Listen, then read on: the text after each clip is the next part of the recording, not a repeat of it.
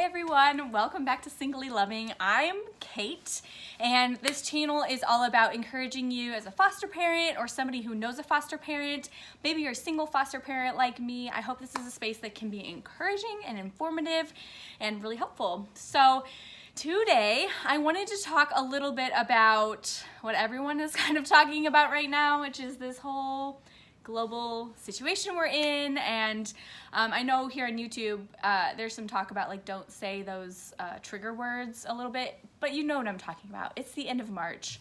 We've all been cooped up in our homes for a long time, and I wanted to talk about what this experience has been like from my perspective as a single foster parent. So my boys, I have two boys, they're 3.5 years old, twin brothers. They are outside right now playing. I'm in front of a nice big picture window where I can see them, and they're just having a blast playing on their swings and with some new toys that we got yesterday. So we have gone through a lot of changes since this all started, as you know, and you're living through it too. So we're experiencing a lot of things that I think are very common to everybody that's going through this, but then also some kind of unique things to our particular situation. So I wanted to talk about a few of those things today, maybe give some helpful tips if you are a single foster parent. I'm gonna go take care of this real quick. Okay, I'm back. The boys had to decide whose dinosaur egg was whose. So I settled that debate, and they are all settled in and watching a show now. So I'm here, got my coffee, and I'm just gonna chat a little bit about this whole situation and how it is impacting me as a single foster parent. And like I was saying, there are things that are unique to everybody. There are things that are unique to just being a single foster parent. And then there are things that are just unique to being in my household right now. I'll start with those. So I've had 2 floods in the last week. We've gotten a lot of rain, which makes it hard for everyone to get outside, and that's a whole nother thing, being trapped inside. But then my basement flooded, which took away about 1/3 of my square footage in my house, and then it was all dried up and it flooded again.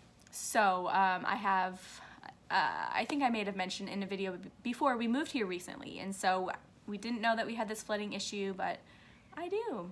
So I gotta get to figure out how to deal with all of this, have lots of people in and out, getting it all cleaned up, which is a little bit unsettling, having all those people around. But anyway, we're getting that figured out. So that's been one thing. Another thing is I did something to my knee. Who knows what I did to my knee, but I can't bend it. And so I'm like hobbling around trying to take care of 2 really, really active boys. If I get on my knees, I can't get back up. Just a minute ago, I tried to sit down in this chair I'm sitting in, and I went a little bit, like I missed it slightly, and I like cried out in pain. It hurt so bad. So I don't know what I did, but it's real frustrating right now. It's just reminding me of something that we talked about in our live stream of our church yesterday. The pastor was talking about, we're reading in Mark right now, we're in a series, and we're in Mark 10. And he's talking about all these different situations that Jesus is bringing before the people, his disciples, and the crowds, and the scribes and the Pharisees and all those people.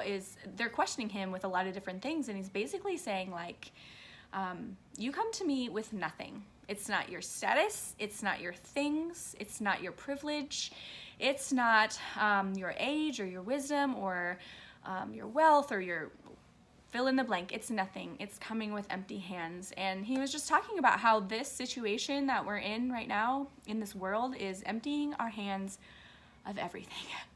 And I just feel like my hands keep being emptied. Like everything that I thought I still had, even when like everything's been taken away and shut down and we're stuck here at home, I feel like more and more things just keep like making me open my hands. Like can't really get out and walk around much anymore because all I can do is hobble. When it rains, we can't go outside, and it's been raining a lot here. And then our basement, that was like, okay, at least I can have the boys go to the basement, play in their playroom, because that was their playroom, and have a little bit of space. But now the playroom is gone, and so we're more confined into this space. So every little thing has slowly begun like disappearing, and I'm left with open hands. And it's a really, really great place to be, but it's also, it's hard. It's hard, especially I'm here by myself. I don't have another adult to regularly process that with. And that brings me to some of the things that are challenging about being a single foster parent during this season. So obviously, when you're a single foster parent, you are here alone with your child or children for an extended period of time, and that can be stressful. That can even cause challenges for our kiddos that are really, really used to routine, and that's not any different for people who are not single foster parents, but just foster parents in general. Our kids tend to really thrive with routine. It was just this morning, my boys asked for the first time, after like 2 weeks out of school and daycare, they asked, are we going to daycare today? Are we going to school today? And I was able to tell them no, the schools are closed, daycare is closed, we won't be going back there for a little while, and they were sad about it, but it was funny, it took them 2 weeks, 2 weeks to ask. But yeah, they're out of their routine. We are getting used to each other in a whole different way. And at the same time, it has been really sweet because this is the longest extended period of time I've gotten with my boys since they first came into my home. And we had about 2 months together before I took about 2 months off of work to help settle us in and deal with their particular situation. So this is the longest period of time we've had together since then. And it has been stressful and hard on my body. That might be why I have this knee injury. I don't know. It's been hard on them getting used to my rules 24/7. They probably get a little bit more freedoms with just different caretakers in different places like school and daycare.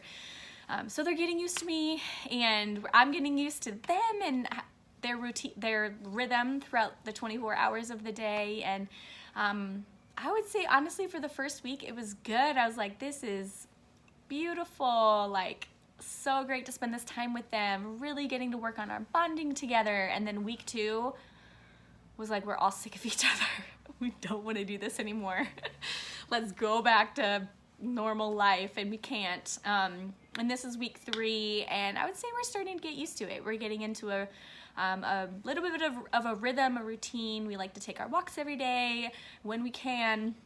We go outside and have lots of outside play. They're getting used to the different sensory boxes that we have here that we didn't even pull out until this time because we just didn't have time. When I only saw them as a single foster parent, I work during the day, they go to daycare and school, and so we'd only see each other a few hours in the morning and then a few hours before they go to bed. And there didn't end up being a lot of time for sensory play and some of the things that we get to do now. It's really cool. We get to do some of those things that I love to do with them as a mom that I didn't get to when we were in our normal routine of work, school, daycare. So that has been a beautiful thing. But as a single foster parent, I think the thing that's been hardest on me is that I don't have interaction with other adults on a regular basis.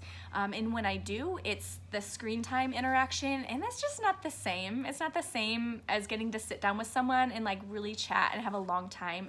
And when I'm on a screen with somebody, unless my boys are not around,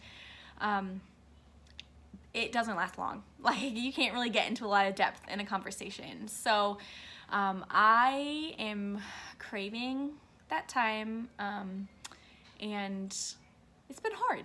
It's been really hard. So maybe that's an encouragement. If you have a single foster parent friend that you know, they're probably craving some adult interaction. The other hard thing that I was thinking about is just that all of the therapies on top of school that our kids need are now all on my shoulders, which adds a lot more of that stress. Okay, we're good. We're good. So that just adds to that level of stress. And so I've realized, like, just to give myself a lot of grace and to step back and realize that having those hours of therapy every week or sitting down and doing all the worksheets that I've been given for school is so not the important thing right now. It's the bonding and getting to know each other and learning through play that's really important right now. And it also lifts my spirits to see that when we're playing together and things like that, that our bonding is getting better. And that really helps break up that monotony of being in the house all the time, and also gives me a little bit of like relief from that stress of like I'm doing this all alone. Because to be honest, I don't do it all alone. Even though I'm a single foster parent, I parent all alone, but I don't do life all alone. I have their teachers that are huge influences on their life. And I have their daycare workers that are amazing. And the boys love to go there, and they ask to go there all the time. So I'm not doing it necessarily alone in normal life, whereas I am now, and it's beautiful in some ways, like I mentioned, but it's hard mentally and emotionally to be responsible 24/7, to be pouring out into them. So yeah, that's where I'm at now. We are in a phase on this roller coaster of everything going on where I think things are good and we're enjoying each other, but we've also had those times of this is hard, we are sick of each other, we want to get out of this house. Seems like the boys want nothing to do with anything that comes out of my mouth, and are looking for new and inventive ways to misbehave. That's real fun. But we're really getting used to each other, and just this new normal, I guess. Who knows how long this is gonna last. So that's us today in a nutshell. I just thought I would share that perspective from a single foster parent, and an encouragement to reach out to those foster parents, those single parents. This is not just single foster parents. Single parents that you know. This is a hard time, but we can encourage each other. We really can encourage each other, and I think the more that we step out and step into other people's lives in whatever creative way we need to right now to stay safe and healthy, it's really going to benefit everybody. So let's do that. Let's get into each other's lives. Let's call people up, and let's help. Let's be together even when we have to be physically separated. This is a physical isolation, not a social isolation. It is just physically we can't be together. So that's my encouragement for you today. I hope you have a wonderful day. Come back every Saturday. I'm going to be trying to post a video here on my channel, and I hope it'll be encouraging. If you've got some questions, feel free to leave them down below. Let me know what you're doing during this social, physical isolation time. Would love to know how you're handling it. All right, talk to you later. Bye.